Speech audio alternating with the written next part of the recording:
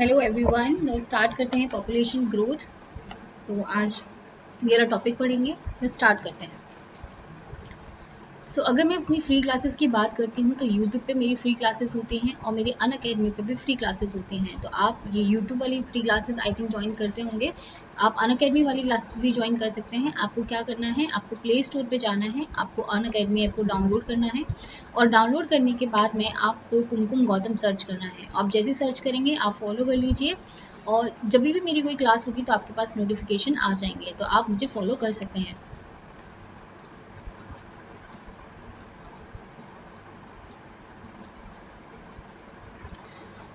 अगर मैं बात करती हूँ प्लस क्लासेस की, दीज आर पेड क्लासेस। तो पेड क्लासेस हैं, आपको इसमें पे करना होता है और इसमें आपकी रेगुलर आपकी क्लासेस होती हैं और आपकी प्रॉपर पढ़ाई की जाती है। आपको मतलब प्रॉपर नोट्स दिए जाते हैं। यहाँ पे आपको एमसीक्यूज के लिए अच्छे से प्रिपेयर किया जाता है, मॉक टेस्ट के थ्रू, क्विजेस के थ्रू। तो आपकी काफ़ी अच्छी प्रैक्टिस करा दी जाती है। तो आप प्लस पे ज्वाइन कर सकते हैं। रेगुलर क्लासेस होंगी, आपका सारा कोर्स कंप्लीट कराया जाएगा, तो आप प्लस को ज्वाइन कर सकते हैं। आपको इसके लिए करना क्या है, आपको प्ले स्टोर पे जाना है, अनअकैडमी ऐप को डाउनलोड करना है। डाउनलोड करने के बाद सर्च इंजन में डालना है CSI UGC नेट, क्योंकि आप उसके लिए प्रिपेयर करने वाले हैं। उसके बाद ले लेना है आपको सब्सक्रिप्शन। हाय हाय पल्लवी, हाय पल्लवी। आप 3 मंथ्स का ले सकते हैं, आप 6 मंथ्स का ले सकते हैं, 12 मंथ्स का ले सकते हैं, 24 मंथ्स का ले सकते हैं। तो जो भी बच्चे अगर नवंबर 2020 के लिए कोई प्रिपेयर कर रहा है तो 3 मंथ्स का ले सकता है वो, जिसकी वजह से उसका प्रिपरेशन हो जाएगी, मॉक टेस्ट के थ्रू आपकी प्रैक्टिस हो जाएगी। आई थिंक 12 मंथ्स वाला ज़्यादा बेटर होता है, क्योंकि यहाँ पे आपकी रेगुलर क्लासेस होती हैं, आपको प्रॉपर कोर्स कंप्लीट कराया जाता है, कोर्स के साथ साथ मॉक टेस्ट होते हुए आपकी प्रैक्टिस कराई जाती है और आपकी क्विजेस के थ्रू आपका रिवीजन कराया जाता है। तो आप 12 मंथ्स वाला ले सकते हैं। 24 मंथ्स वाला आई थिंक उन लोगों के लिए ठीक है जो भी मास्टर्स के फर्स्ट सेमेस्टर में आया है या फिर सेकेंड सेमेस्टर में आया है। Thank you Pallavi, thank you so much, thank you. आपको 11,550 आपको पे करना होता है, लेकिन आप एक रेफरल कोड यूज़ कर सकते हैं विच इज़ कुमकुम 10। कुमकुम 10 करना नहीं भूलना है आपको। इससे क्या होगा, 10% ऑफ मिलेगा और अबाउट 10,395 आपको पे करना होगा 1 साल का। देन आपको करना है प्रोसीड टू पेमेंट।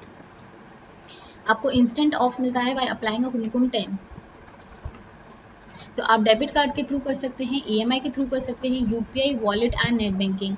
तो अगर मैं EMI के थ्रू की बात करती हूँ तो यहाँ पे नो कॉस्ट EMI वाला ऑप्शन होता है, मतलब कोई भी इंटरेस्ट देने की ज़रूरत नहीं होती है आपको।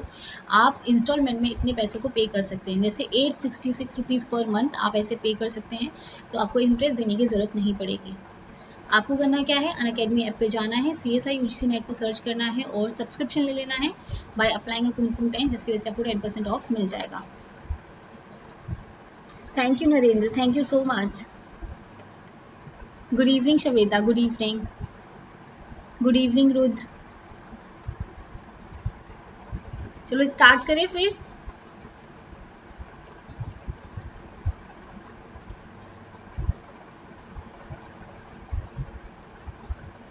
Thank you Rudra, thank you so much.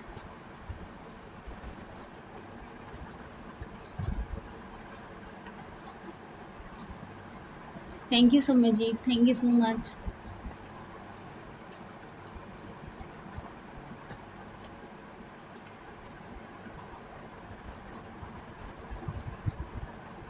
हाँ श्वेता, तुमने विश किया था, सबने विश किया था, सबको थैंक यू। हाँ थैंक यू श्वेता। हाँ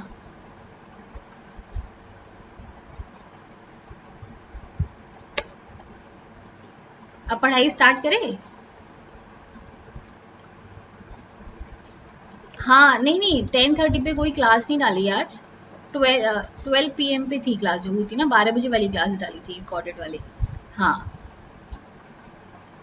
डायबिटीज वाली जो थी वो वाली क्लास डाली है और कोई 10:30 वाला कोई क्लास नहीं आया आज। हाँ अच्छा, स्टार्ट करें आप। हाँ सबने कल ही, बच्चों के बहुत सारे मैसेज आए। चलो स्टार्ट करते हैं। पॉपुलेशन ग्रोथ की बात करती हूँ तो ये वाला एक ऐसा टॉपिक है, अगर इकोलॉजी की तुम बात करोगे, एक ऐसा टॉपिक है जो हमेशा आता ही आता है, क्योंकि और कोई इतने ज़्यादा इंपॉर्टेंट टॉपिक्स नहीं है, कुछ कुछ ज़्यादा इंपॉर्टेंट टॉपिक्स हैं। तो ये जो पॉपुलेशन ग्रोथ वाला है बहुत इंपॉर्टेंट है, हर बार 2-3 क्वेश्चन इसके आते ही आते हैं। तो हाँ, ये करना बहुत ज़्यादा इंपॉर्टेंट है। सो पॉपुलेशन ग्रोथ की अगर मैं बात करती हूँ तो पॉपुलेशन ग्रोथ का मतलब होता है कि इंक्रीज इन नंबर। मतलब क्या होता है, पहले अगर एक इंसान था उसके बाद दो बने होंगे, दो से फिर और उसके ऑफस्प्रिंग हुए होंगे, ऐसे बढ़ते बढ़ते क्या होगा, एक प्रॉपर ग्रोथ होती जाती है, नंबर ऑफ इंडिविजुअल ग्रो करते जाते हैं in a population with the time. ठीक है, कुछ कुछ पीछे वाले भी तुम्हारे रिड्यूस होते जाएंगे, लेकिन जो बढ़ने वाली संख्या होती है वो नॉर्मली ज्यादा होती है as compared to the death person. तो क्या होता है, ये होता है पॉपुलेशन ग्रोथ। मतलब पॉपुलेशन की ग्रोथ हो रही है, जैसे जैसे टाइम जा रहा है वैसी पॉपुलेशन की ग्रोथ हो रही है। अब पॉपुलेशन में चेंज आता कैसे है, पॉपुलेशन में चेंज ऐसे आता है, अगर मेरे पास 5 लोग थे, ठीक है, अगर किसी की बर्थ होती है तो 6 हो जाएंगे, 7 हो जाएंगे, 8 हो जाएंगे। तो एक तुम्हारा जो बर्थ है वो भी तुम्हारा इस पॉपुलेशन रेट को चेंज कर सकता है, पॉपुलेशन ग्रोथ को चेंज कर सकता है बेसिकली। तो बर्थ हो गया। सेकेंड होता है डेथ।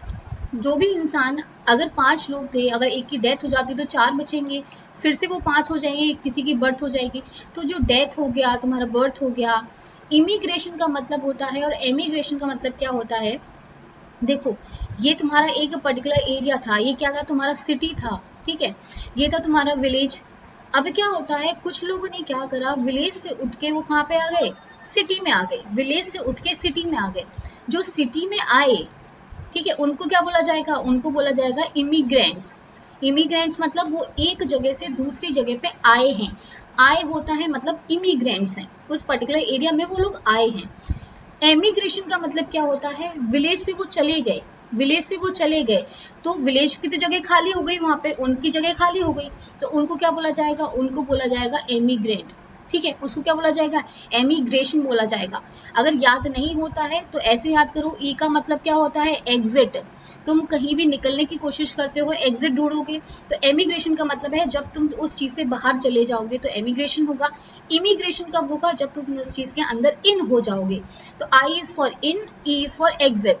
तो ऐसे याद रखना है, ये सारी जो चीजें हैं तुम्हारी पॉपुलेशन ग्रोथ को इफेक्ट करती हैं। अब बात करते हैं, कुछ होती है ओपन पॉपुलेशन और कुछ होती है क्लोज्ड पॉपुलेशन। ओपन पॉपुलेशन का मतलब क्या है कि वहां पे कोई रोका टोकी नहीं है, कोई भी आ सकता है, कोई भी जा सकता है। जैसे तुम्हारा मुंबई शहर हो गया, तुम्हारा दिल्ली हो गया, तो यहाँ पे क्या आते हैं, बहुत सारे इमिग्रेंट्स आते हैं, बहुत सारे लोग यहाँ से फॉरेन चले जाते हैं। तो बहुत सारे इमिग्रेंट भी हैं, बहुत सारे एमिग्रेंट भी हैं। तो एक ओपन पॉपुलेशन है, एक खुली जगह है जहाँ पे कोई भी आ सकता है, कोई भी जा सकता है। तो अगर यहाँ पे पॉपुलेशन रेट की बात करूँ, अगर पॉपुलेशन के रेट की बात करती हूँ, तो वो कैसे इफेक्ट होगी, बर्थ मतलब नए कितने लोग जुड़े हैं थ्रू बर्थ, मतलब किनका नया नया बर्थ हुआ है तो वो लोग जुड़े हैं तुम्हारी पॉपुलेशन में। प्लस इमिग्रेंट, इमिग्रेंट भी तो तुम्हारा जुड़ रहे हैं। मतलब अगर 10 लोग थे तुम्हारे एक पॉपुलेशन में और 2 लोग नए पैदा हो गए, ठीक है, 2 लोग नए पैदा हो गए और 5 लोग कहीं से आ गए, तो अब जो टोटल पॉपुलेशन होगी वो 10 तो नहीं रही, अब कितनी हो गई है, 17 टोटल पॉपुलेशन हो गई है। तो बी प्लस आई हो जाएगा, ये तुम्हारा बताएगा कि पॉपुलेशन जो ग्रोथ है वो इंक्रीज हुई है। अब एक और क्या सर्कमस्टांसेस हो सकता है कि हो सकता है उस पर्टिकुलर एरिया में इस 10 में से हो सकता है 2 की डेथ हो गई हो, 2 लोग डेथ हो गई हो, और 2 लोग जो अभी पढ़ने वाले थे वो चले गए हो फॉरेन, किसी अच्छी यूनिवर्सिटी में एडमिशन ले लिया है, वो वहां से चले गए हैं। तो टोटल कितने बचे, 6 ही रह गए यहाँ पे। तो इसको करेंगे minus D plus E, that is तुम्हारा बर्थ रेट, तुम्हारा immigration minus death rate minus immigration. ये तुम्हारा क्या शो करेगा, ओपन पॉपुलेशन को शो करेगा। अगर मैं क्लोज्ड पॉपुलेशन की बात करती हूँ, क्लोज्ड पॉपुलेशन एक ऐसी पॉपुलेशन जहाँ पे ना तो किसी का आना अलाउड है ना किसी का जाना अलाउड है। अब मुझे बताओ, अगर यहाँ पे 10 लोग हैं, ना तो आना अलाउड है ना जाना अलाउड है, तो 10 लोग ही रहेंगे। डिपेंड कहाँ, मतलब पॉपुलेशन चेंज कब हो सकती है, पॉपुलेशन चेंज तब हो सकती है या फिर तो किसी का बर्थ हो जाए यहाँ पे, या फिर किसी की डेथ हो जाए, और कोई तरीका नहीं होगा इस पॉपुलेशन को चेंज करने का। तो क्लोज्ड पॉपुलेशन जो होती है, they are affected by the birth and death rate only. तो वो इमिग्रेशन या फिर एमिग्रेशन से अफेक्टेड नहीं होगी। तो ये दोनों डिफरेंस समझ में आने चाहिए। अगर तुम्हारी बर्थ रेट ज़्यादा हो जाएगी, अगर बर्थ रेट ज़्यादा हो जाएगी, दैट मीन्स जो तुम्हारा आर है वो क्या हो गया है, वो हो गया है पॉजिटिव। अगर वो पॉजिटिव हो गया है तो मतलब क्या है, तुम्हारी पॉपुलेशन कर रही है ग्रो, पॉपुलेशन इंक्रीज हो रही है। अगर तुम्हारा डेथ रेट ज़्यादा हो जाएगा as compared to the birth rate, मतलब 10 लोग मर गए और सिर्फ 2 ही पैदा हुए हैं, मतलब डेथ रेट ज़्यादा है as compared to the birth rate, तो तुम्हारा आर जो हो जाएगा वो हो जाएगा नेगेटिव, और जो तुम्हारी पॉपुलेशन जो शो करेगा वो हो जाएगी डिक्रीजिंग, तो डिक्रीजिंग पॉपुलेशन हो जाएगी। तो ये दोनों चीज़ें याद रखना, डिफरेंस आ सकते हैं, नहीं तो करेक्ट या इनकरेक्ट में पूछ लिया जाएगा, तो इनको याद रखना। अब बात करते हैं हम लोग, जो मेन जो टॉपिक है आज का वो है एक्सपोनेंशियल ग्रोथ और है हमारा लॉजिस्टिक ग्रोथ। ठीक है, ये तो दोनों टॉपिक हैं, इतने इंपॉर्टेंट टॉपिक हैं कि अगर तुम अपना प्रीवियस ईयर क्वेश्चंस के बुक उठा के देखोगे ना, और इकोलॉजी वाला तुम टॉपिक खोल लो, तुम्हें ना ये दोनों जो है फ्रिक्वेंटली तुम्हें बहुत ऑफन, बहुत ज़्यादा ऑफन तुम्हें क्वेश्चंस मिल जाएंगे इसके, क्योंकि ये बहुत बार पूछे जाते हैं और हर बार इसी एरिया में से पूछा जाएगा, बस घुमा दिया जाएगा, और घुमाना तुम्हें आना चाहिए कैसे तुम्हें घूमना है। ओके, सो एक्सपोनेंशियल ग्रोथ की अगर मैं बात करती हूँ, अभी थोड़ा मैं ओवरव्यू दे देती हूँ। एक्सपोनेंशियल ग्रोथ को तुम ऐसे याद रखो जैसे तुम्हारे ये आए थे टिड्डे आए थे, ठीक है, अभी आए थे ना तुम्हारे टिड्डे, कहाँ पे, राजस्थान में। तो क्या हुआ कि अगर एक भी था तो उसने क्या करा, बहुत सारे लोगों को बर्थ दे दिया, एक साथ बर्थ दे दिया, और वहाँ पे तुम्हारा जितने भी खेत वगैरह थे सब अनलिमिटेड रिसोर्सेज थी, बहुत ज़्यादा अनलिमिटेड रिसोर्सेज थी। तो उन्होंने क्या करा, इतना फीड करा, इतना फीड करा, और अपनी पॉपुलेशन को बहुत ग्रो कर लिया, एक्सपोनेंशियली ग्रो कर लिया है, कोई लिमिट नहीं है किसी ग्रोथ की, वो बहुत ज़्यादा ग्रो हो गई। तो जब ऐसी कोई ग्रोथ होती है जहाँ पे बिल्कुल भी रोका टाकी नहीं है और वो ग्रो करते जा रहे हैं, उन्हें कोई प्रॉब्लम नहीं हो रही, कितना तुम्हारा डेंसिटी बढ़ रहा है कितना नहीं बढ़ रहा है, कोई फर्क नहीं पड़ रहा है उनको, तो ये होती है तुम्हारी exponential growth. Okay, so population that increase in the numbers without any limit to their growth। अगर लॉजिस्टिक की बात करती हूँ, लॉजिस्टिक मतलब थोड़ा लॉजिक लगा लेते हैं वो लोग, थोड़ा दिमाग होता है उन लोगों के पास पे, वो लोग सोचते हैं कि अगर मैं ही सारा खा जाऊंगा तो मेरी आगे वाली जनरेशन के लिए तो बचेगा ही नहीं कुछ। तो यहाँ पे क्या होती है, तुम्हारी एक लिमिट होती है, एक लिमिट होती है कि अगर कोई इंसान, तुम अगर नॉर्मली अपनी सोसाइटी में देखोगे, अगर कोई बहुत बड़ा बनता जा रहा है तो बहुत लोग ऐसे होते हैं उसको बिल्कुल डाउन करने की कोशिश करते रहते हैं कि नहीं मैं आगे जाऊंगा तू नहीं आगे, लेग पुलिंग बहुत चलती रहती है। तो लॉजिस्टिक ग्रोथ में क्या होता है, कंपटीशन आ गया तुम्हारा, इंट्रा स्पेसिफिक इंटर स्पेसिफिक ना, प्रेडेशन हो गया, ये सब चीजें जो कर देती एक पर्टिकुलर इंसान की जो ग्रोथ है उसको लिमिट करके रखती हैं कि तुम ज्यादा उड़ नहीं सकते हो।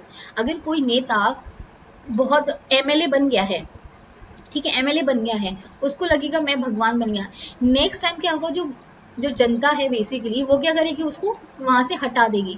तो यहाँ पे लिमिट कर सकते हैं हम किसी की ग्रोथ को। यहाँ पे हमारे पास ये प्रॉपर्टी है कि कोई भी प्रेडेशन हो गया, कंपटीशन हो गया, तो इतना ग्रो नहीं करेंगे कि डेंसिटी इंडिपेंडेंट हो जाए, तो ये पॉसिबल नहीं होता। तो लॉजिस्टिक ग्रोथ में क्या होता है, जो पॉपुलेशन साइज है एक लिमिट तक ही ग्रो हो पाता है, वरना नहीं ग्रो पाएगा। तो ये दोनों होते हैं तुम्हारे नॉर्मली बेसिक, मैंने समझा दिया, अब आगे समझते हैं अच्छे से। अगर मैं फॉर्मूले की बात करती हूँ तो क्या होता है, डी एन डी टी, ये एक्सपोनेंशियल का है, तो एक बार पहले एक्सपोनेंशियल समझा देती हूँ, उसके बाद ग्राफ पे आएंगे। एक्सपोनेंशियल ग्रोथ क्या हुआ था, तुम्हारा जो थॉमस माल्थस थे, कौन थे, आई थिंक तुम्हें पता होना चाहिए, क्वेश्चन भी आया हुआ था, मैंने प्रीवियस ईयर में कराया था, कि जो डार्विन थे, है ना, डार्विन ने जो थ्योरी अपनी कॉन्सेप्ट दिए नेचुरल सिलेक्शन के, क्या वो उनके खुद के ही थे या क्या उन्होंने खुद ही अपने आप सब कुछ किया, नहीं, क्योंकि डार्विन जो इंस्पायर हुए थे वो माल्थस से इंस्पायर हुए थे। ठीक है, तो थॉमस माल्थस से उन्होंने एक बुक में बताया था कि अगर किसी को नेचुरल रिसोर्सेज बहुत ज़्यादा अबंडेंटली दे दी जाए, मतलब बहुत ज़्यादा उसको दे दिया जाए, तो बहुत ज़्यादा वो रैपिडली ग्रो करता है। ठीक है, जैसे अगर तुम बैक्टीरिया को अगर ले लोगे, तुमने क्या करा, एक बैक्टीरिया लिया और इसे ऐसे न्यूट्रिएंट में प्रोवाइड कर दिया जहाँ पे बहुत सारी रिसोर्सेज थी, न्यूट्रिएंट ही न्यूट्रिएंट थे, तो वो क्या करता है, बैक्टीरिया को तुम 1 घंटे में देखोगे वो इतनी सारी कॉलोनीज बना देगा, इतनी सारी कॉलोनीज बना देगा। तो उन्होंने बोला कि अगर किसी को अबंडेंटली नेचुरल रिसोर्सेज प्रोवाइड करी जाएं तो वो बहुत ज़्यादा ग्रो कर सकते हैं। Example like bacteria. Now, exponential growth may occur in the environment where there are few individuals and plentiful resources। तो अगर मैं बात करती हूँ ह्यूमंस की, ठीक है, अब हम इतने तो है नहीं, हम लोग इतने तो है नहीं, फ्यू इंडिविजुअल तो है नहीं कि, और हमारे पास प्लेंटीफुल रिसोर्सेज भी नहीं है। एक्सपोनेंशियल ग्रोथ जो होती है, जैसे तुम्हारा सर्दी का मौसम आता, सॉरी बरसात वाला मौसम आता है, तो क्या होता है, छोटे छोटे कीड़े निकल के आ जाते हैं, ठीक है। तो उनकी पॉपुलेशन इतनी ज़्यादा तो नहीं होती कि पूरा उसने जगह घेर लिया है, लेकिन वो इतना डिवाइड कर सकते हैं उस पर्टिकुलर टाइम में, एक पर्टिकुलर टाइम में वो इतना डिवाइड कर सकते हैं क्योंकि उन्हें पूरा रिसोर्सेज मिल रहा है, उन्हें जो पानी के जो मॉइस्चर चाहिए था और जो कीड़े मकोड़े छोटे छोटे चाहिए थे वो उनको मिल रहे हैं, तो वो अच्छे से ग्रो कर पाते हैं उस टाइम पे। एक्सपोनेंशियल ग्रोथ प्रोड्यूसेस अ जे शेप्ड कर्व, याद रखना है इस चीज़ को, याद रखना है, बहुत इंपॉर्टेंट है। जो एक्सपोनेंशियल जो कर्व होता है वो जे शेप्ड का होता है, अभी हम इसको पढ़ने वाले हैं अच्छे से। अगर इसके फॉर्मूला डिडक्शन की बात करती हूँ मैं, तो ये होता है dn over dt is equals to rn। dn होता है पॉपुलेशन, ठीक है, the growth rate of the population, time के हिसाब से पॉपुलेशन कितनी इंक्रीज हो रही है, इसको ये शो करता है dn by dt, growth rate कितना हो रहा है पॉपुलेशन का। r का मतलब होता है तुम्हारा क्या, per capita rate of increase. अब मुझे बताओ, जो आप अगर जो भी इंसेक्ट्स हैं, ठीक है, या फिर जो टिड्डे आए थे, टिड्डे के हिसाब से याद रखो, उनका जो आर वो ज़्यादा होगा या नहीं होगा, उनका आर बहुत ज़्यादा होता है। आर का मतलब होता है इंट्रिंसिक रेट ऑफ इंक्रीज, मतलब उसके अंदर में ये पावर है कि वो अगर उसको प्रॉपर इन्वायरमेंट मिलेगा तो बहुत ज़्यादा इंक्रीज हो सकता है। अगर उसको प्रॉपर खाना मिलेगा, अगर उसको प्रॉपर इन्वायरमेंट मिलेगा, दे कैन ग्रो मैक्सिमम, ठीक है, मैक्सिमम वो ग्रो कर सकते हैं। तो जिसका आर ज़्यादा होगा वो बहुत ज़्यादा ग्रो कर सकता है। N is a population size. अब इसके ग्राफ की बात करते हैं, बहुत इंपॉर्टेंट है ये ग्राफ। जो बेटा एक सिंपल सा ग्राफ है, लेकिन इसके इतने सारे वेरिएशन हैं कि ग्राफ ये वाला ना पूछे जाके तुमसे बहुत सारे पूछे जाने वाले हैं, तो वो भी मैं डिस्कस करूंगी। ये चीज़ें याद रखिए, ये है तुम्हारा पॉपुलेशन साइज और ये है टाइम। ये कैसा ग्राफ है, ये है जे शेप्ड का ग्राफ, जे शेप्ड का ग्राफ है ये वाला।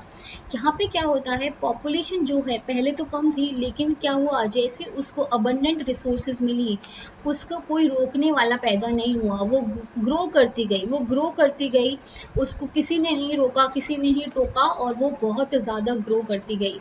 तो जब तुम्हारा आर बहुत ज़्यादा इंक्रीज हो जाता है तो तुम्हारी जो पॉपुलेशन ग्रोथ है बहुत ज़्यादा होती है, ठीक है। तो यहाँ पे क्या है, कोई भी लिमिट नहीं है, अनलिमिटेड नेचुरल रिसोर्सेज हैं, अनलिमिटेड वो ग्रो कर रहा है। तो ये होता है तुम्हारा जे शेप्ड का। अब ये इसके साथ में समझाती हूँ इसको। In this type of growth form, the population grows exponentially and after attaining the peak value, हो सकता है वो population क्रैश कर जाए। जैसे क्या होता है, बारिश के मौसम में वो जो टिड्डे थे वो बिल्कुल ऐसे से इंक्रीज हुए, ऐसे इंक्रीज हुए। जैसे बारिश का मौसम खत्म और सर्दी आई, वो क्या होंगे, बिल्कुल डाउन, बिल्कुल डाउन, खत्म हो गए, बिल्कुल खत्म हो गए, क्रैश हो गई उनकी पॉपुलेशन, सब कुछ खत्म हो गया। क्यों, क्योंकि उनको प्रॉपर जो न्यूट्रिएंट जो मिल रहा था वो अब नहीं मिल रहा है। Now this increase in population is continued till large amount of the food material exist. अगर food material properly exist करता है तो वो grow करेंगे, अगर नहीं करेगा तो वो crash कर जाएंगे। After some time, due to increase in the population size, the food supply in the habitat become limited, which ultimately release in the decrease in the population size. तो exponential growth का basically यही है, no limitation on growth, मतलब कोई भी growth पे limitation नहीं है, कोई भी डेंसिटी डिपेंडेंट वाला कोई भी काम नहीं कर रहा है। दैट मीन्स अगर जैसे किसी, अगर मैं तुम एनवायरनमेंट में देखोगे, अगर कुछ ज़्यादा पॉपुलेशन एक जगह पे हो जाती है तो वहाँ पे उस चीज़ को लिमिट कर दिया जाता है कि अब इससे ज़्यादा लोग नहीं आ सकते।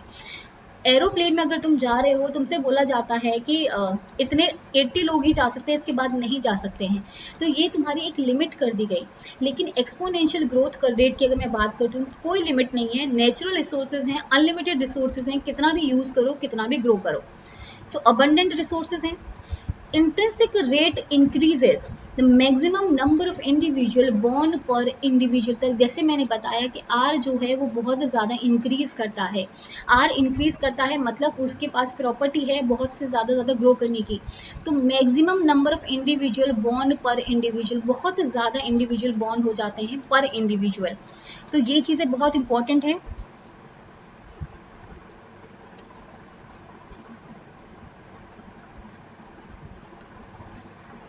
शोज अ ज्योमेट्रिक ग्रोथ। ज्योमेट्रिक ग्रोथ क्या होता है, जैसे पहले तुम्हारा 1 था, फिर 2 हो गए, 2 से 4, 4 से 8, 8 से 8 से 64, मतलब इसे डिवाइड करता जाएगा, ज्योमेट्रिक ग्रोथ होती जाती है।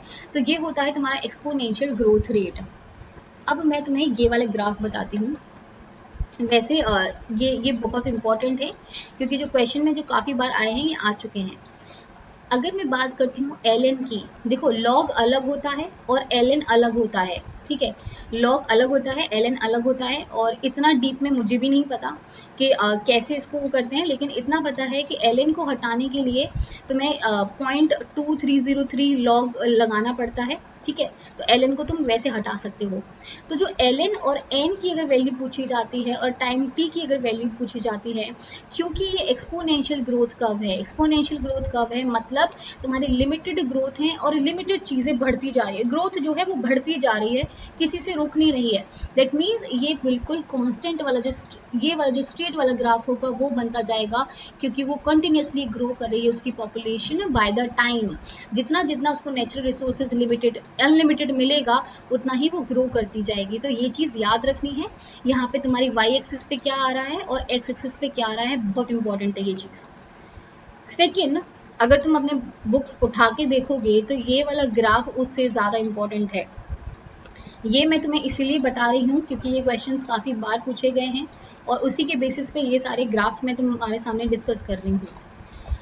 अगर कोई भी population that is 1/n change growth rate, मतलब किसी भी पॉपुलेशन का ग्रोथ रेट जो चेंज हो रहा है according to the primary population, और ये क्या है तुम्हारा पॉपुलेशन साइज है, दिल रिमेन कांस्टेंट, ठीक है। ये जो होगा ये तुम्हारा कॉन्स्टेंटली इंक्रीज करेगा, कॉन्स्टेंटली इंक्रीज करेगा। लेकिन अगर तुम इस वाले ग्राफ के देखोगे तो इसमें पूछा है change in the population growth rate according to the N that is population size. तो जो होता है वो कांस्टेंट रहता है, इसको याद रखना है, इसको याद रखना है। ये ग्राफ बहुत इंपॉर्टेंट है, काफ़ी बार पूछा गया है कि एक्सपोनेंशियल वाला, ठीक है, एक्सपोनेंशियल का पूछ के तुमसे ये क्वेश्चन पूछा जाएगा, तो इसको याद रखना है और इसको भी याद रखना है। ये दोनों बहुत इंपॉर्टेंट ग्राफ है। अब आते हैं इसके फॉर्मूलेस पे कि इसको निकालते कैसे हैं, होता कैसे है। तो क्या होता है N T that is N not E R T. अब ये जो बेस में ई होता है ना, ये मैं इसका क्वेश्चन नहीं लेके आई हूँ, उसके थ्रू हम क्वेश्चन के थ्रू करेंगे इसको, तो वहां से तुम्हारा डाउट पूरा क्लियर हो जाएगा। Good afternoon Somen. हाँ 2.303 लॉग, हाँ हाँ हाँ। तो जो N T not E R T होता है, एन टी क्या होता है the population after time T. मतलब क्या हुआ, पहले मेरे पास 5 लोग थे, एक पर्टिकुलर टाइम के बाद में मेरे पास 10 हो गए, तो जो 10 आएगा वो एन टी वाला आएगा, ठीक है। एन टी वाला जो आएगा मतलब पॉपुलेशन आफ्टर टाइम टी।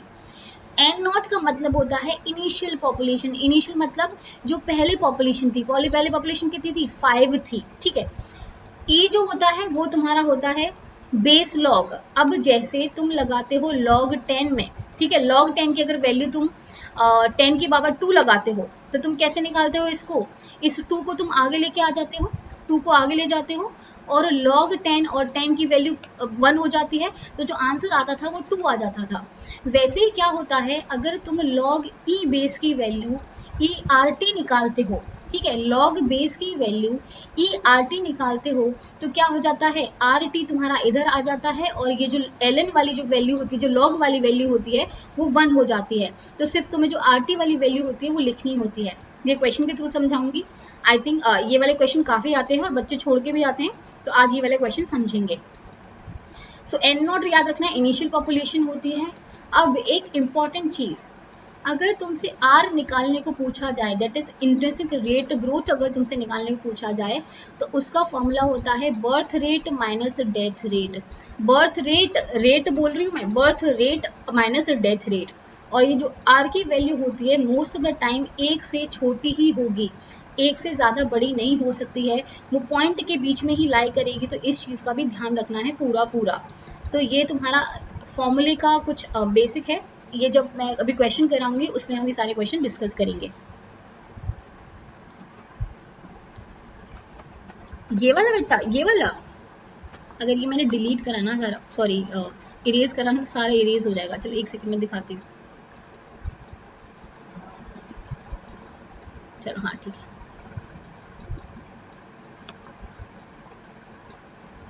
देखो इसमें क्या है, तुम्हारा दे रखा है कि dn/dt that is change in the population growth, और ये क्या है तुम्हारा पॉपुलेशन साइज के अकॉर्डिंग है। तो अगर तुमसे पूछा जाता है एन क्या होता है, तुम्हारा पॉपुलेशन साइज होता है, तो इसमें भी क्या दे रखा है, पॉपुलेशन साइज के हिसाब से जो पॉपुलेशन ग्रोथ रेट होती है वो तुम्हारे कांस्टेंट रहती है, मतलब वो इंक्रीज ही करती जाती है, तो कांस्टेंट रहती है। तो ये वाला जो ग्राफ है वो ऐसे पूछा जाएगा कि एक्सपोनेंशियल, ये मैं वो क्वेश्चन लेके नहीं आई तुम्हारे पास, कल या परसों जब मंडे का 10:30 वाला क्वेश्चन होगा ना तब करा दूंगी। एक्सपोनेंशियल ग्रोथ रेट कर्व का कौन सा कर्व माना जाएगा, कौन सा ग्राफ जो है एक्सपोनेंशियल को शो कर रहा है। तो अगर ये वाला जो आता है dn/dt और उसको किया जाता है n के साथ, तो तुम्हें ये वाला ग्राफ याद रखना है। ln के साथ में आता है तो ये वाला ग्राफ याद रखना है। और अगर पॉपुलेशन साइज सिंपल अगर ये आता है तो तुम्हें जे शेप्ड वाला याद रखना है। तो ये जो 3 ग्राफ हैं ये यहाँ से पूछे जा सकते हैं, ठीक है। अच्छा ऐसा कर लें, अभी जो क्वेश्चंस जो एक्सपोनेंशियल वाला ये वाला जो न्यूमेरिकल है पहले इसको कवर कर ले, जिसकी वजह से तुम्हारा ये पूरा डाउट क्लियर हो जाएगा। यहाँ पे देखो उसमें कुछ नहीं करना है, उसमें है 1/n dn/dt। ये तुम्हारा कहाँ पे है, y एक्सिस पे है। अगर मैं x एक्सिस की बात करती हूँ यहाँ पे n दे रखा है, ठीक है। अब क्या होता है इसमें पॉपुलेशन चेंज हो रहा है, पर अगर मैं dn/dt की बात करती हूँ तो उसका मतलब क्या होता है, इसका मतलब होता है growth rate of the population, और n का मतलब क्या होता है, पॉपुलेशन साइज। तो जो ग्रोथ रेट ऑफ पॉपुलेशन हो रहा है पर पॉपुलेशन साइज, और इसमें दे रखा है पॉपुलेशन साइज, तो ये क्या होता है, ये तुम्हारा बिल्कुल कांस्टेंट होता है, ये बिल्कुल कांस्टेंट होता है, बिल्कुल ऐसे ही इंक्रीज होता रहेगा, कांस्टेंटली इंक्रीज होता रहता है। तो अगर dn/dt 1/n पूछा जाएगा तो ये वाला ग्राफ होता है, यस। तो वो क्वेश्चन एक बार करा देती हूँ जिसकी वजह से तुम्हारा यहाँ से तुम्हारा डाउट क्लियर हो जाएगा सारा। हाँ देखो ये वाला क्वेश्चन एक बार तुम खुद ट्राई करो, उसके बाद मैं कराती हूँ। ट्राई करके देखो, अगर होता है तो वेल एंड गुड, नहीं तो मैं करा के दिखाती हूँ तुम्हें।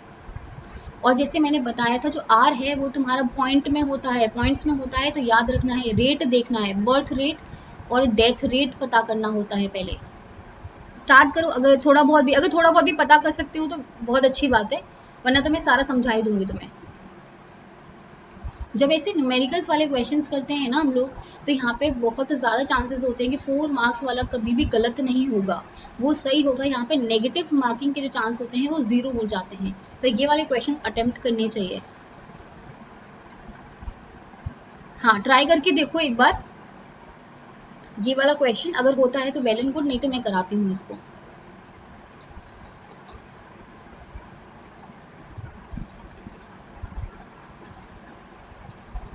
एटलीस्ट मुझे आर बता दो, कैलकुलेट करके, उसके बाद मैं खुद बता दूंगी तुम्हें। आर बताओ एक बार कि आर क्या होगा इसका।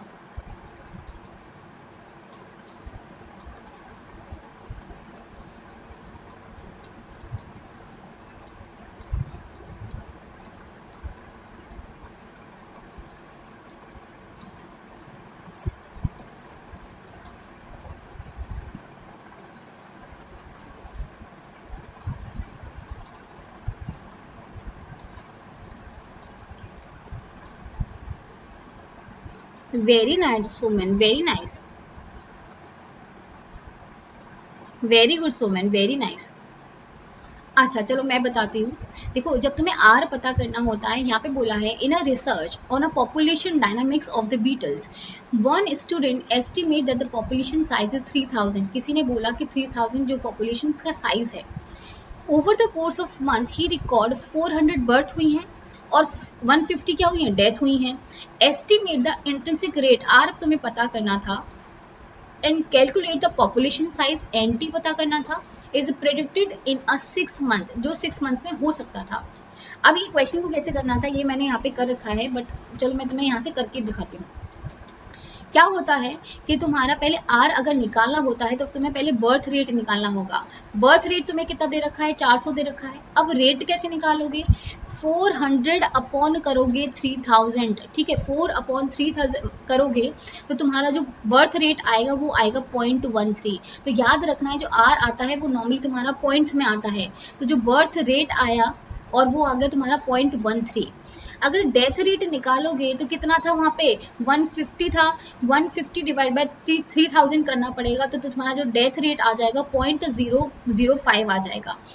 अब अगर तुम्हें आर निकालना होता है तो मैंने बताया था बी माइनस डी करना होता है, तो मतलब कितना करोगे तुम, 013 माइनस 0.05, ठीक है। तब ये जब तुम करोगे तो जो आर आने वाला था वो तुम्हारा 0.08 आ जाएगा, 0.08 आ जाएगा। अब मुझे बताओ, ये वाला तो तुम्हारा सी वाला ऑप्शन गया, सी वाला ऑप्शन गया और तुम्हारा बी वाला ऑप्शन भी गया। अब तुम्हें देखना था एंटी कितना होने वाला है, ये तुम्हें अब देखना था। हाँ, very good Savita, very nice. अब तुम्हें एंटी देखना था कितना होगा। तो जो फॉर्मूला होता है, अगर मैं बात करती हूँ, सॉरी, जो फॉर्मूला होता है वो होता है N T is equal to N not E R T. अब चलो मैं इसको एक बार इसको एक बार इरेज करती हूँ साइड वाले को, उसके बाद मैं अच्छी समझाती हूँ। अगर ये नहीं होगा, चलो कोई बात नहीं। हाँ, तुम ये देखो, हाँ, तो देखो ये होता है तुम्हारा N T is equals to N not E R T होता है। अब तुम्हें एन नॉट की वैल्यू दे रखी है कि एन टी की वैल्यू दे रखी है, एन नॉट की वैल्यू देखिए कितनी दे रखी है, 3000 दे रखी है। आर की कितनी तुम्हें हो गई, 0.0 हो गई। टी कितना दे रखा है, 6 मंथ्स दे रखा है। अब तुम क्या कर सकते हो, N T is equals to N not E, R कितना है 0.08, टी कितना था 6 था, तो जो वैल्यू हो जाएगी वो हो जाएगी एन नॉट ई 0.48, ये तुम्हारी वैल्यू हो जाएगी। अब जब तुम्हें ये निकालना होता है प्रॉपर, तो क्या कर सकते हैं हम, क्या करेंगे कि मुझे नहीं समझ में आ रहा है इसके बाद मैं क्या करूं, तो तुम्हें क्या कर लेना है, सीधा इसको कन्वर्ट कर देना है एल एन में। L N N T is equal to L N not plus L N E 0.48। अब ये प्लस क्यों आया, तो क्या होता है जब हम ln कहीं ऐड करते हैं, जब हम मल्टीप्लिकेशन में कोई भी चीज होती है, जैसे यहाँ पे जो ये था ये मल्टीप्लिकेशन में था, n नॉट e 0.48 दोनों मल्टीप्लिकेशन में थे। अगर मैं ln ऐड करूंगी, अगर मैं ln ऐड करूंगी तो ये जो n नॉट होगा ये प्लस में आ जाएगा, ये जो मल्टीप्लिकेशन वाली जो चीज थी ये प्लस में आ जाएगी और वो कन्वर्ट हो जाएगी ln ई बेस में E.48। इसका मतलब क्या हुआ, ई बेस E48 का, कि यहाँ पे जो वैल्यू होने वाली थी 0.48 यहाँ आ जाएगी और ये जो ln ई वाली वैल्यू जो होगी वो 1 में कन्वर्ट हो जाएगी। ठीक है, ये मैं पीछे बता चुकी थी ना, ये मैंने पीछे भी बताया था। तो फिर वैल्यू क्या हो जाएगी, वैल्यू हो जाएगी ln n नॉट और प्लस 0.48, क्योंकि जो ई वाली जो थी वो तो 1 हो जाएगा और जो 0.48 था वो आ जाएगा तुम्हारा आगे, तो तुम्हारा जो वैल्यू हो जाएगी वो इतनी वैल्यू हो जाएगी। हाय पुनीत, हाँ अभी एक बार समझ लो, उसके बाद मैं दोबारा से समझा दूंगी, कोई बात नहीं, नया पेज लेके।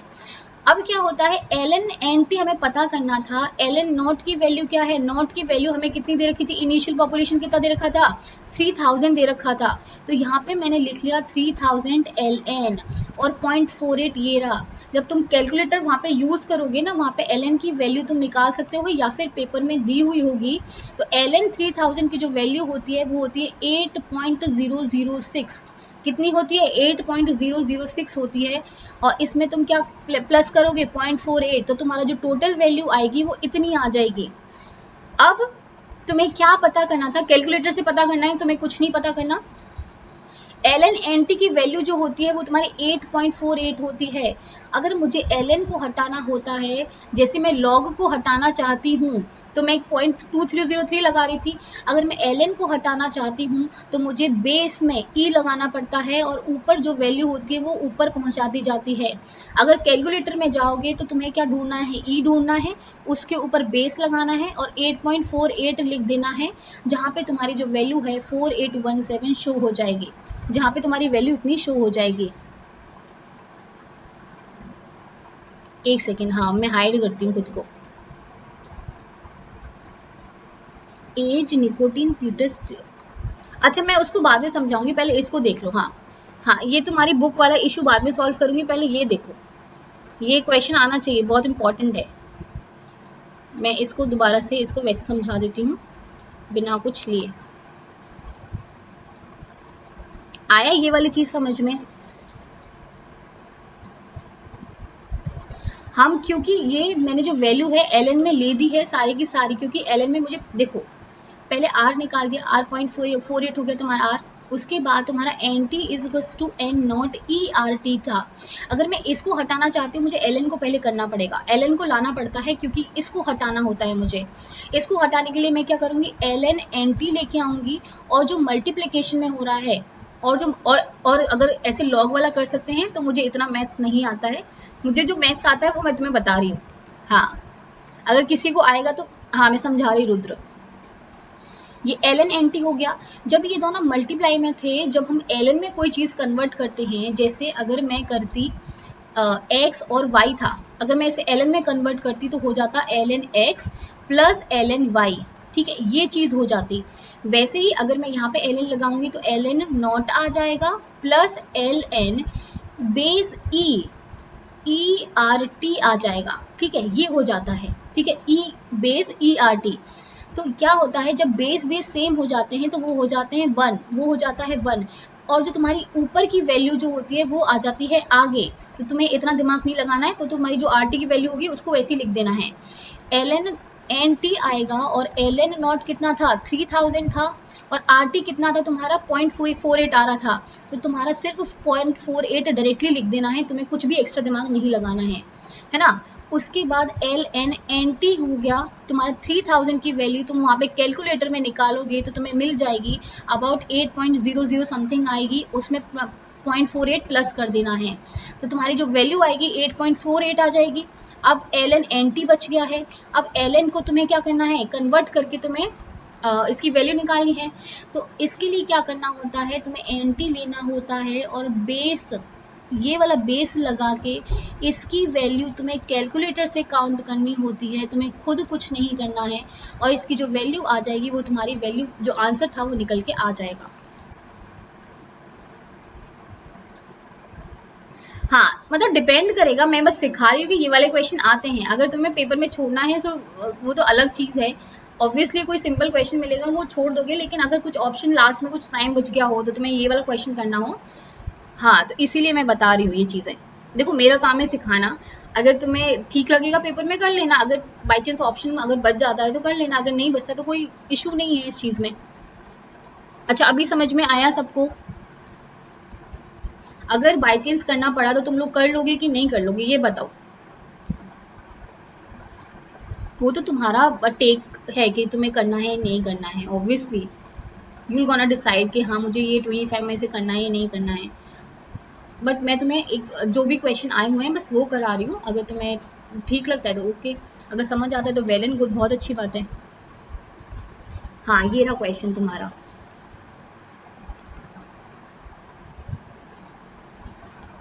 ये तुम्हारा 3000 तुम्हारा इनिशियल पॉपुलेशन साइज था, ये बर्थ रेट था, बर्थ था खाली और डेथ था ये, और तुम्हें आर बताना था और एन टी बताना था। तो जो तुम्हारा फॉर्म जो आंसर हो जाएगा, answer will be your first. ठीक है पल्लवी, अगर किसी को कुछ प्रॉब्लम है, अगर ये चीज जो मैंने समझाई अगर वो नहीं समझ में आया तो वो मुझे बता दो। हाँ बाकी तुम्हारा टेक है कि तुम्हें करना है कि नहीं करना है। हाँ तो वो और वैल्यूज को ना खुद से निकालना नहीं होगा, वहाँ पे कैलकुलेटर होता है, या फिर तो तुम्हें पेपर में ही साइड में दे देते हैं, वो पेपर में तुम्हारा पूरा दे देते हैं साइड में कि इसकी वैल्यू ये हो सकती है। तो अगर दिया है पेपर में तो अच्छी बात है, नहीं तो कैलकुलेटर है उसकी वैल्यू सीधी सीधी एल एन की वैल्यू भी आ जाती है सीधी सीधी, तो कोई इतना इशू नहीं होता कि एल एन की वैल्यू निकालने में प्रॉब्लम क्रिएट होगी। हाँ आंसर इसका फर्स्ट वाला होगा, first will be your right answer. हाँ फर्स्ट वाला होगा सोमेन। अब ये हो गया, अब लॉजिस्टिक ग्रोथ पे चलते हैं आप।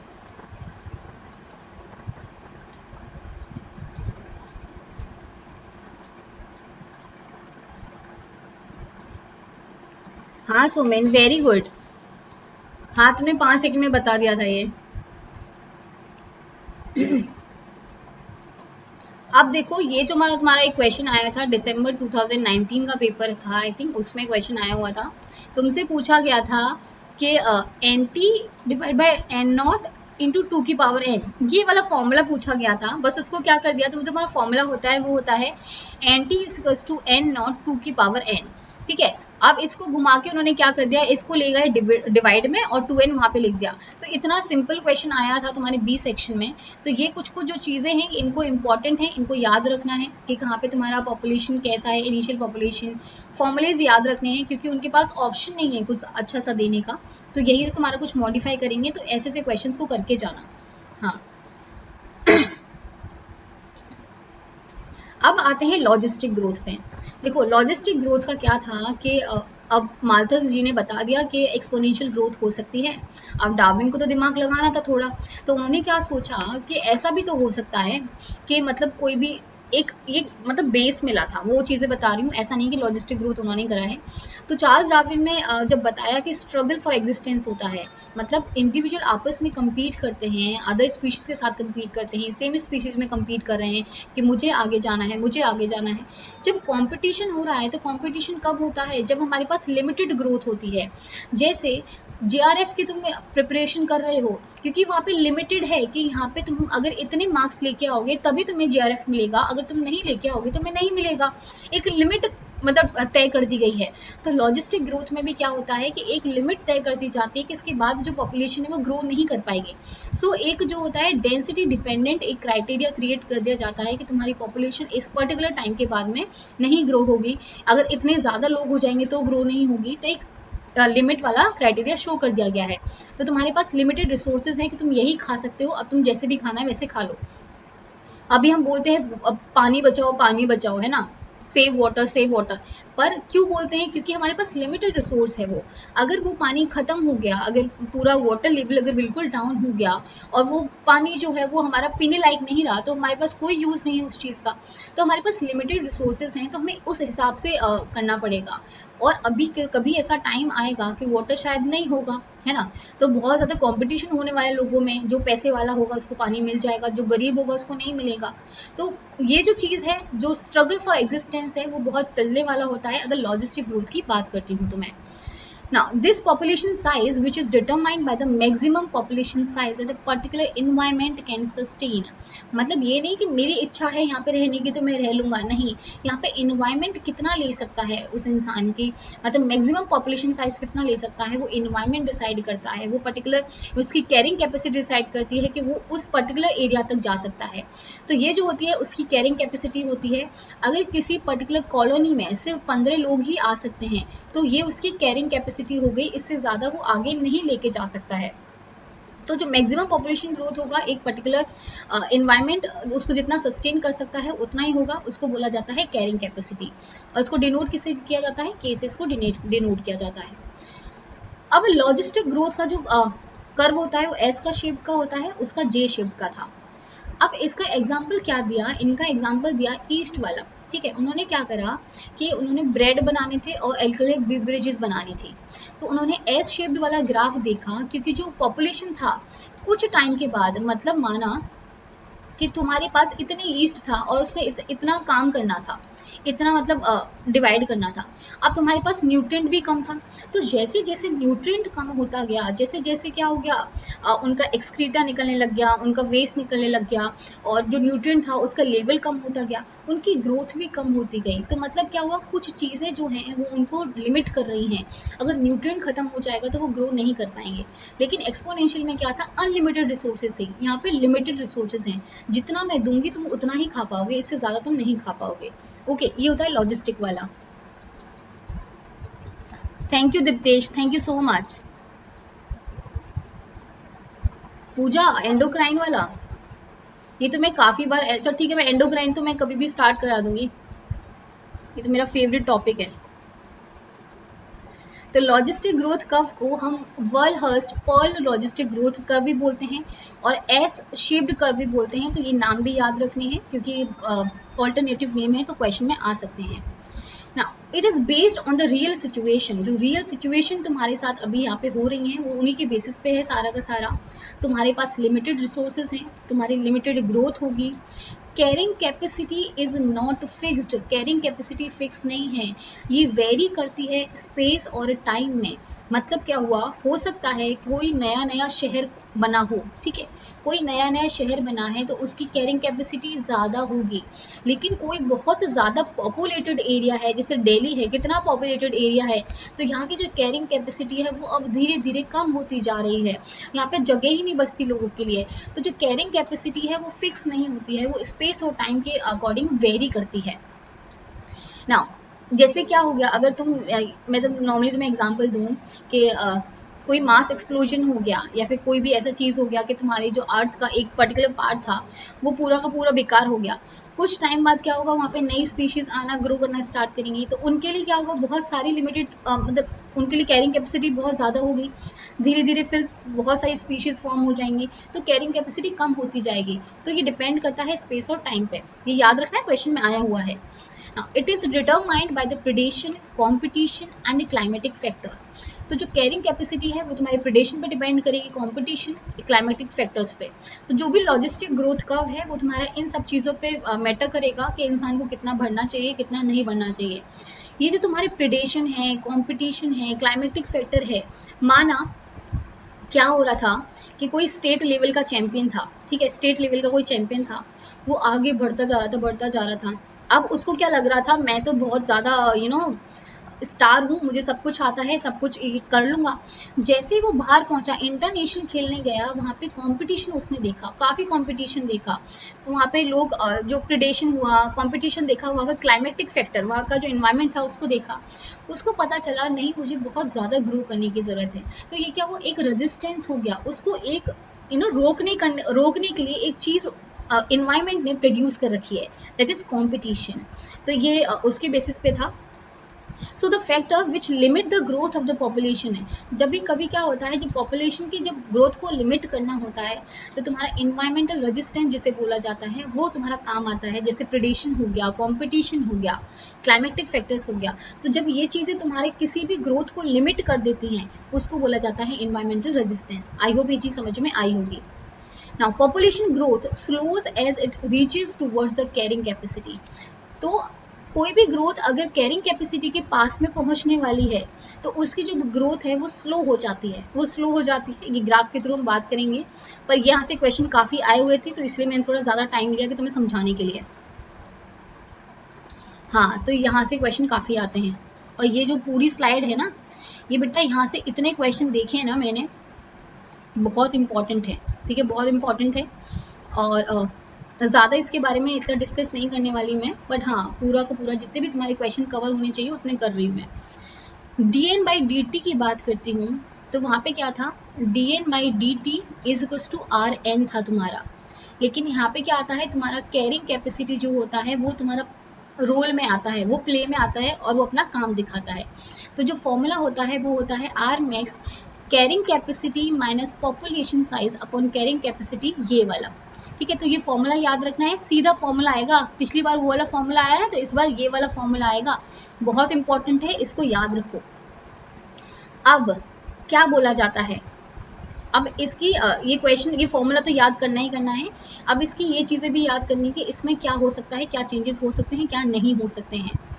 अगर मुझे बताओ तुम्हारी कैरिंग कैपेसिटी ज़्यादा हो जाए और एन जो है, ठीक है, एन जो है, ये जो k माइनस एन वाला है, ये क्या शो करता है, ये शो करता है that number of more individual can be added to the population. ये क्या शो कर रहा है, डायरेक्टली क्वेश्चन आएगा, ये क्या शो कर रहा है, मतलब कैरिंग कैपेसिटी ज़्यादा है और तुम्हारा पॉपुलेशन साइज जो है अभी कम है, तो मतलब क्या हुआ, मैं और भी इंडिविजुअल ऐड कर सकती हूँ उस पॉपुलेशन में, क्यों, क्योंकि मेरी कैरिंग कैपेसिटी अभी ज़्यादा है। बहुत इंपॉर्टेंट है ये चीज़, ठीक है। सेकंड क्या हुआ, ये पूरा का पूरा क्या शो कर रहा है, ये पूरा का पूरा क्या शो कर रहा है, that is k minus N upon K, ये क्या शो कर रहा है, that is still available for the population growth. ये क्या शो कर रहा है कि अभी भी वो अवेलेबल है पॉपुलेशन ग्रोथ के लिए, तो ये शो कर रहा है। अब क्वेश्चन क्या आएगा, अगर क्वेश्चन आता है if n is more smaller than k, अगर n बहुत ज़्यादा छोटा हो गया है, अगर n बहुत ज़्यादा छोटा हो गया है तो क्या होगा, अगर पॉपुलेशन साइज बहुत कम है और कैरिंग कैपेसिटी बहुत ज़्यादा है, मतलब क्या हुआ कि तुम्हारा अब क्या हो चुका है, अनलिमिटेड हो चुकी हैं रिसोर्सेज, तो तुम्हारा जो ग्राफ है the graph will convert into the exponential one. Very very important, very very important.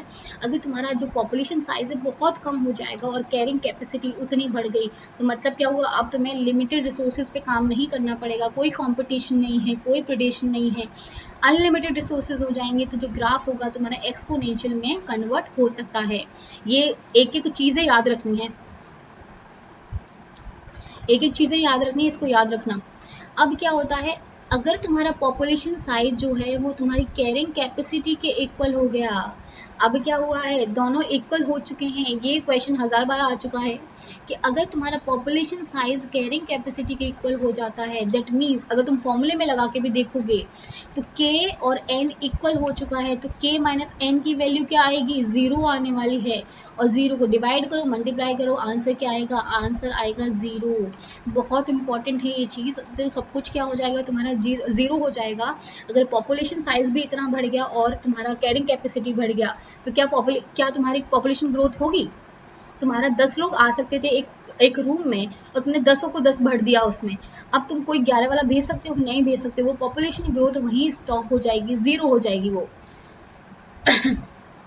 Now, greatest population growth rate is achieved at the half carrying capacity। ये तो तुमने आई थिंक मैंने क्वेश्चन भी कराया हुआ है। क्वेश्चन क्या आया हुआ था, ऐसा कौन सी कंडीशन है जहाँ पे पॉपुलेशन ग्रोथ रेट जो होगी वो मैक्सिमम होगी, वो मैक्सिमम होगी, वो होती है जब तुम्हारी कैरिंग कैपेसिटी हाफ पे होती है, जहाँ कंपटीशन इतना भी नहीं है और इतना ज़्यादा भी कोई चीज़ प्रोवाइडेड नहीं है, जब k/2 बिल्कुल मीडियम वाली चीज़ होती है वहाँ पे ज़्यादा पॉपुलेशन ग्रोथ अचीव की जा सकती है। तो आंसर यहाँ पे याद रखना है, जो ग्रेटेस्ट पॉपुलेशन ग्रोथ होगी वो k/2 पे हो जाएगी। Population with a greater value, ये बहुत इंपॉर्टेंट है, population with greater value of R, मतलब आर की वैल्यू जितनी ज़्यादा होगी will reach K more rapidly than with the lesser R. अब कंफ्यूज नहीं करना है मैम, अगर आर ज़्यादा हो गया तो के पे कैसे पहुंच जाएगा, आर मतलब होता है इंट्रिंसिक रेट ऑफ इंक्रीज, मतलब आर अगर ज़्यादा होगा, जैसे तुम्हारी छोटी छोटी इंसेक्ट्स होती हैं उनमें आर ज़्यादा होता है, कितनी जल्दी ग्रो करती हैं, कितनी जल्दी ग्रो करेंगी और वो कैरिंग कैपेसिटी पे बहुत जल्दी पहुंच जाती हैं, बाद में वो एनवायरनमेंट का कुछ चक्कर आ जाता है जिसकी वजह से वो बस्ट आउट हो जाएंगी। लेकिन याद रखना है जितना तुम्हारा आर ज़्यादा होगा उतना तुम्हारा के पास वो जल्दी पहुंचेंगी, ठीक है, इतना जल्दी तुम्हारे के पास पहुंचेंगी, ये भी याद रखना है, एक एक पॉइंट इंपॉर्टेंट है इसका। हाँ very good Savita, very nice. अच्छा ये समझ में आया ना सबको। अब देखो ये तुम्हारा पॉपुलेशन साइज हो गया, एन हो गया, that is on Y axis, ये टाइम हो गया ऑन द एक्स एक्सेस। अब क्या होता है, ये तुम्हारा लॉजिस्टिक ग्रोथ कर्व है जहाँ पे तुम्हारा ये एस शेप्ड का है, एस शेप्ड का है, मतलब क्या हुआ, ये जो तुम्हारा एरिया होगा, ये जो कैरिंग कैपेसिटी हाफ वाला होगा, यहाँ पे तुम्हारी जो पॉपुलेशन ग्रोथ रेट होगा मैक्सिमम होगा, ये कौन सा होगा, ये लॉग वाला फेज होगा, लॉग फेज होगा, ठीक है, ये लॉग फेज होगा। बाद में जब तुम्हारा एन और के इक्वल हो जाएगा तो वो कैरिंग कैपेसिटी तक पहुंच जाएगा, तो यहाँ पे पॉपुलेशन ग्रोथ रेट बिल्कुल कम होता जाएगा, बिल्कुल कम होता जाएगा। तो ये जो कैरिंग कैपेसिटी होती है यहाँ पे क्या होता है, इंसान की जो ग्रोथ है वो लिमिट हो जाती है, इन्वायरमेंटल पूरा रेजिस्टेंस अपना शो कर देगा और उस ग्रोथ को बिल्कुल लिमिट कर देता है। Okay okay Jyoti Pandey, very good. I think ज़्यादा हो गया क्या आज। अच्छा हाँ, अब dn/dt वाला ग्राफ इसमें आएगा, dn/, मतलब change in population growth population size के हिसाब से, तो क्या होगा, पहले पॉपुलेशन साइज इंक्रीज होगा लेकिन एक कैरिंग कैपेसिटी के बाद पहुंचने के बाद इस कैरिंग कैपेसिटी जब पहुंच जाएगा बिल्कुल ग्रोथ एब्रॉप्ट हो जाएगी, कितनी हो जाती है, 0 हो जाती है। जब तुम्हारा एन और के इक्वल हो जाएगा तो 0 हो जाएगी, 0 हो जाएगी, और जब k/2 होता है तो सबसे ज़्यादा मैक्सिमम पाई जाती है। तो इसको याद रखना है, लॉजिस्टिक ग्रोथ कर्व है ये। अच्छा किसको, इसको, अच्छा किसको रिपीट करना है, रुद्र रटना नहीं है, मैं आई एम टेलिंग यू, मैं अपने बच्चों को बिल्कुल भी नहीं करूंगी रटने के लिए। रटो मत, समझो यहाँ पे उसके थ्रू समझो, कुछ समझ नहीं आ रहा मुझसे पूछो, रटना नहीं है। अरे ठीक है, मैं इसी को रिपीट करती हूँ, ठीक है। यहाँ पे क्या है तुम्हारा, ये dn बाई dt n याद रखना है।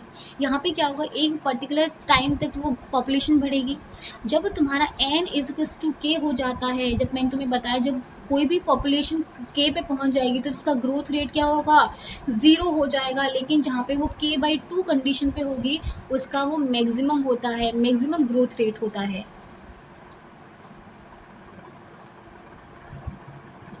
अच्छा ज्योति, वेरी गुड, वेरी नाइस। अब ये तुम्हारा टाइम हो गया है, अब ये भी चीज रह गई थी, मुझे नहीं समझ में आ रहा मैं तुम्हें कैसे समझाऊंगी ये। अच्छा ऐसा कर लेते हैं, ये मैं कंटिन्यू एक छोटी सी क्लास, हाँ क्योंकि ये थोड़ा सा रह गया है अभी, या फिर तो मैं पूरा एक्सटेंड करूँ, या फिर ऐसा करती हूँ क्योंकि मेरी 6 बजे भी क्लास है, तो ऐसा करते हैं कि इसको ना बाद में कवर कर लेंगे। तुम अभी 1-2 क्वेश्चन कर लो इससे related. Last line I hope मैंने कर दी होगी फिर, है ना। तो अभी क्या कर लेते हैं, 1-2 क्वेश्चन कर लेते हैं, फिर अब ये चीजें हम बाद में पढ़ लेंगे। I am so sorry, time हो गया है। अच्छा ये क्वेश्चन करो, इसके थ्रू पे तुम्हें सब चीजें समझ में आ जाएंगी, ये तुम्हारा प्रीवियस क्वेश्चन है। हाँ 2-3 क्वेश्चन कर लेते हैं जिसकी वजह से जितना भी अभी समझाया वो समझ में आ जाएगा। अच्छा अभी कर दिया ना शवेता मैंने अच्छे से रिपीट, ये क्वेश्चंस कर लेते क्योंकि अभी फिर टाइम हो गया तो ज्यादा अभी नहीं ले सकते।